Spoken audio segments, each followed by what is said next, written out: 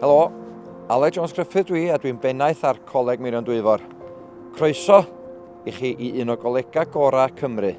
Y nod ni fel coleg yw sicrhau fod pobl yn gwireddu potensial ac yn gwella dyfodol.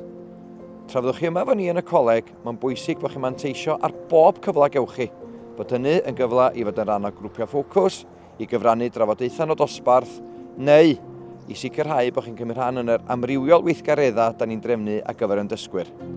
Wrth astudio hefo ni, mi rown ni bob cefnogaeth, bob anogaeth i chi, i sicrhau bod y cam nesaf yn eich gyrfa, bod hynny yn addysg uwch, yn brentisiaetha, neu mynd ymlaen i fyd gwaith, yn brofiad hollol esmwyth, a bod chi'n cael bob cefnogaeth a bob anogaeth ydych chi angen i wireddu'r potensial hwnnw.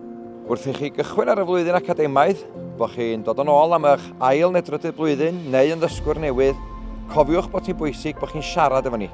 Gadwch chi'n wybod os oes unrhyw beth gallwn ni wneud i'ch helpu chi neu os oes gennych chi unrhyw broblemau. I orffan, mwynhewch. Gnewch eich gorau a dwi'n edrych ymlaen i'ch gweld chi o gwmpas y safleoedd.